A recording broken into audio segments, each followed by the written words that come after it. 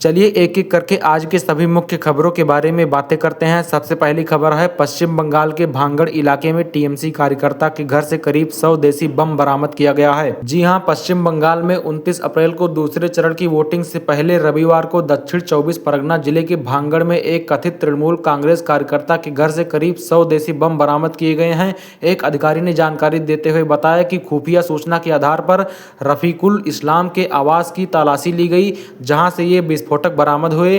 गौरतलब है कि भांगड़ में दूसरे चरण में मतदान होना है। चलिए देखते हैं दूसरे खबर को। ये क्या बनाई हो, नॉनवेज को लेकर विवाद, पत्नी ने पति को उतारा मौत के घाट। जी हां, तेलंगाना के कामारेड्डी से एक चौंकाने वाली घटना सामने आई है, जहां एक मामूली घरेलू विवाद ने खौफनाक रूप ले लिया। जी हां, नॉनवेज खाना नहीं बनाने को लेकर पति पत्नी के बीच बहस हुई, जो इतना बढ़ गया कि गुस्से में पत्नी ने पति की हत्या ही कर दी। पुलिस मामले की जांच में जुट गई है। चलिए देखते हैं आज के अगले खबर को। कांग्रेस नेता विनीत दांगी ने कहा कि हरभजन सिंह को पहले सीएसके ने खरीदा, फिर एमआई ने, फिर केकेआर ने और अब बीजेपी ने खरीद लिया। जी हां, आम आदमी पार्टी से नेताओं के बीजेपी में शामिल होने पर सियासत तेज हो गई है। इसी मुद्दे पर विदिशा से कांग्रेस नेता विनीत दांगी ने तंज इस बात पर कस दिया है। चलिए देखते हैं आज के अगले खबर को। पति की सगी बहन को सौतन बताकर पत्नी ने लिया तलाक। जी हां, ग्वालियर हाईकोर्ट में एक हैरान करने वाला मामला सामने आ गया है, जहां एक महिला ने पति से तलाक पाने के लिए ननद यानी कि पति की बहन को ही सौतन बता दिया। महिला ने फैमिली फोटो को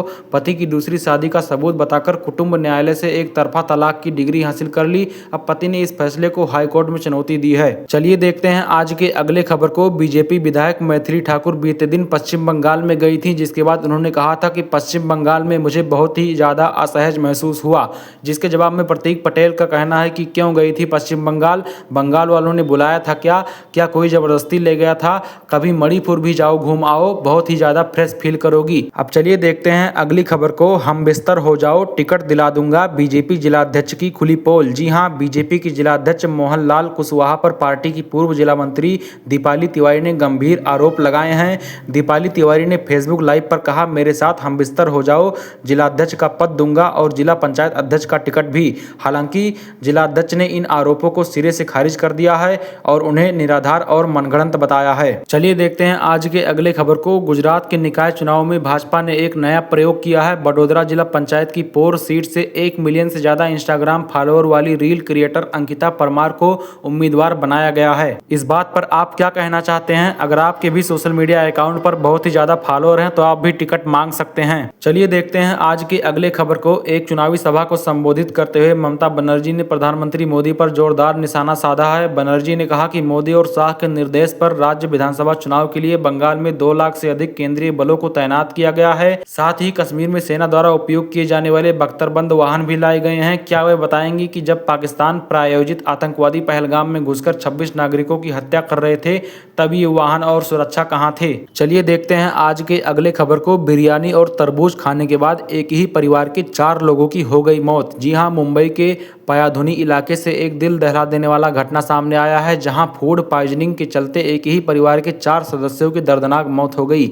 मृतकों में पति पत्नी और उनकी 2 मासूम बेटियां शामिल हैं। मौत से पहले परिवार के एक सदस्य ने पुलिस को बयान दिया कि रात के भोजन में पूरी परिवार ने एक साथ पहले बिरयानी खाई थी और उसके कुछ देर बाद तरबूज यानी वाटरमेलन का सेवन किया था। भोजन के कुछ समय बाद ही परिवार के सभी सदस्यों की तबीयत बिगड़ने लगी। उन्होंने तुरंत अस्पताल ले जाया गया, जहां इलाज के दौरान एक के बाद एक चारों ने दम तोड़ दिया। अब चलिए देखते हैं आज के अगले खबर को। पश्चिम बंगाल में हर 100 लोगों पर एक सीएपीएफ जवान तैनात किया गया है। ऐसा लग रहा है कि चुनाव भारत का निर्वाचन आयोग और सीएपीएफ लड़ रहे हैं, बीजेपी नहीं। ऐसा वरिष्ठ वकील कपिल सिब्बल ने कहा है। जी हां, चुनाव जनता और पार्टियों के बीच होता है, सुरक्षा बलों के बीच नहीं।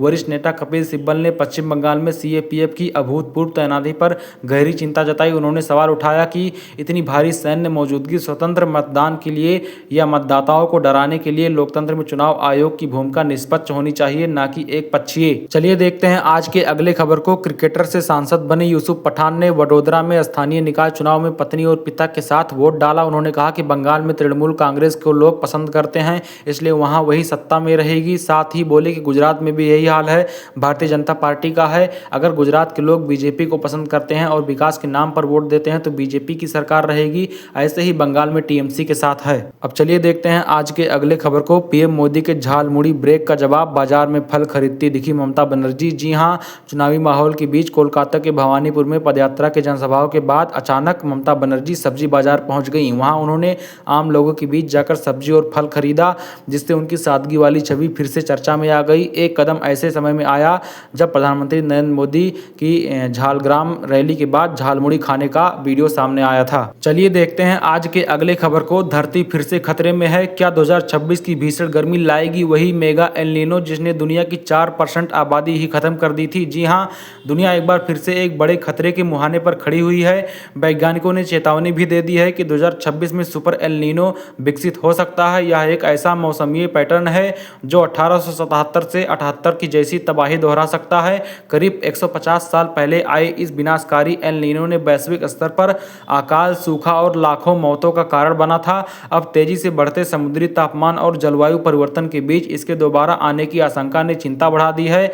न्यूज़ 18 के वेबसाइट में प्रकाशित खबर के मुताबिक एल नीनो जब एक जलवायु घटना है जिसमें प्रशांत महासागर के मध्य और पूर्वी हिस्से का पानी असामान्य रूप से गर्म हो जाता है। इससे वैश्विक मौसम पैटर्न में बदल जाते हैं, वहीं कहीं सूखा पड़ जाता है तो कहीं बाढ़ आ जाता है। यह मानसून को कमज़ोर कर देता है, जिससे भारत जैसे देशों में बारिश कम हो सकती है और तापमान में तेज़ी से बढ़ सकता है, जिसके बाद बहुत ही ज़्यादा तबाही आ सकता है। और ठीक वैसे ही माहौल अब दिखाई दे रहा है 1877 के बाद, अब यानी कि 150 साल के बाद। तो सबके मन में ये चिंता है कि क्या एल नीनो फिर से आ रहा है, क्या आबादी फिर से घटने वाली है, क्या कई लोग फिर से मरने वाले हैं। चलिए देखते हैं आज के अगले खबर को, ट्रंप पर गोली चलना उनकी करनी का नतीजा, हिंदुस्तान के लोगों में भी वही भावना, कांग्रेस एमएलए का विवादित बयान आ गया है। जी हां, अमेरिका में व्हाइट हाउस कॉरेस्पोंडेंट एसोसिएशन के डिनर में हुई गोलीबारी को लेकर महाराष्ट्र कांग्रेस के पूर्व अध्यक्ष और विधायक विजय वडेट्टीवार ने विवादित बयान दिया है। डोनाल्ड ट्रंप को निशाने पर लेते हुए कांग्रेस विधायक वडेट्टीवार ने कहा कि जो जैसा करेगा वैसा भुगतेगा। वडेट्टीवार ने इशारों में केंद्र सरकार पर हमला करते हुए कहा कि जैसा हमारे देश में चल रहा है वैसा ही अमेरिका में चल रहा है। हिंदुस्तान के लोगों में भी वही भावना है। हिंदुस्तान में लोग सड़कों पर नहीं उतर रहे हैं, पूरा हिंदुस्तान बर्बादी के रास्ते पर चल रहा है। अमेरिका पर चली गोली की घटना पर प्रतिक्रिया देते हुए वडेट्टीवार ने कहा कि जैसी करनी वैसी भरनी, जैसा करेगा वैसा भरेगा। जो सत्ता में होते हुए, सर्वोच्च पद पर होते हुए उसने जो पूरी दुनिया को वर्ल्ड को जिस तरह से उसने काबू करने के लिए, कब्जा करने के लिए, हर कंट्री को डिस्टर्ब करने का काम किया है, हर कंट्री पर वो अपना कंट्रोल करने का काम किया है। उसकी जो भी भाषा है और देश को भी उसने बर्बाद किया है। ईरान से कोई संबंध नहीं था, फिर भी उसने इजराइल को पकड़कर जो वार किया है उसमें वो होना ही था। उन्होंने आगे कहा कि आज ट्रंप ने पूरे अमेरिका को बर्बाद कर दिया है, अपने मंसूबे पूरे करने के लिए, अपनी इच्छाओं को पूर्ति करने के लिए। जैसे कि देश में चल रहा है, अपने हिंदुस्तान में चल रहा है, वैसे ही वहाँ चला तो होना ही था। जितने लोग रास्ते पर उतर कर उनका विरोध किया, अब हिंदुस्तान में उतर नहीं रहे। लग रहा है कि सब कुछ ऑल वेल है। अब चलिए देखते हैं आज के अगले खबर को, पार्टी को अलविदा कहने वाले 7 सांसदों के साथ खड़ी कार्यकर्ताओं की फौज, अरविंद केजरीवाल के सामने नई टेंशन। जी हाँ, आम आदमी पार्टी का एक बहुत बड़ा पुराना कुनबा और मनोबल भी पस्त होने को है। ऐसे समय में आपके सामने अब एकजुटता की चुनौती है। पार्टी के 7 राज्यसभा सांसदों द्वारा पाला बदलने के बाद कार्यकर्ताओं में मायूसी है। 14 माह में दूसरी बार है कि जब आपके कार्यकर्ताओं का मनोबल गिरने वाली स्थिति पैदा हो गई है। फरवरी 2025 में दिल्ली विधानसभा चुनाव में मिली हार के बाद आपके खासकर दिल्ली के कार्यकर्ताओं में हुई नहीं, पार्टी के नेताओं में भी मायूसी देखी गई थी। कार्यकर्ता इससे उबर रहे थे कि यह 7 राज्यसभाओं के द्वारा पाला बदलने की घटना एक बार फिर सामने आ गई। यहाँ तक कि जा रहा था कि पार्टी छोड़कर गए खास राज्यसभाओं सदस्यों के साथ बड़ी संख्या में कार्यकर्ताओं पाला भी बदल सकते हैं। इसे देखते हुए आपके सामने कार्यकर्ताओं के मनोबल को बढ़ाने के साथ साथ एकजुटता बनाए रखना भी बड़ी चुनौती है। आपके लिए वर्तमान राजनीतिक घटनाक्रम किसी बड़े संकट से कम नहीं। एक और जहां पार्टी फरवरी 2025 के विधानसभा चुनाव में मिली हार के जख्मों से उबरने की कोशिश कर रही थी, वहीं अब 7 राज्यसभा सांसदों को खो दी है। राजधानी के सियासी गलियारों में अब सबसे बड़ा सवाल यही है कि क्या नेतृत्व अपने बिखरते कुनबे और पस्त होते बड़े कार्यकर्ताओं में फिर से जोश भर पाएगा। पार्टी के भीतर से आ रही खबरें बताती हैं कि 7 राज्यसभा सदस्यों का जाना केवल नेताओं का जाना नहीं, बल्कि यह उस समय विश्वास की हार और कार्यकर्ता अपना आदर्श मानते थे। सूत्रों के अनुसार दिल्ली के विभिन्न वार्डों और विधानसभा क्षेत्रों में सक्रिय कार्यकर्ता असमंजस में है। खतरा इस बात का भी है कि बड़ी संख्या में स्थानीय कार्यकर्ता और पदाधिकारी अपने पसंदीदा सांसदों के नक्शे कदम पर चलते हुए दूसरी पार्टी का दामन थाम कर सकते हैं। सांसदों के इस कदम ने केवल पार्टी की आंतरिक एकता को उजागर किया है, बल्कि शीर्ष नेतृत्व की रणनीति पर भी सवाल खड़े करते हैं। कार्यकर्ताओं के बीच चर्चा है कि उच्च सदन के प्रतिनिधि सुरक्षित महसूस नहीं कर रहे थे। आपको बता दें कि अरविंद केजरीवाल की बहुत ही ज़्यादा टेंशन बढ़ गई है। इस तरह से टेंशन किसी पार्टी को भगवान ना दे जिस तरह से टेंशन अरविंद केजरीवाल को की बढ़ गई है।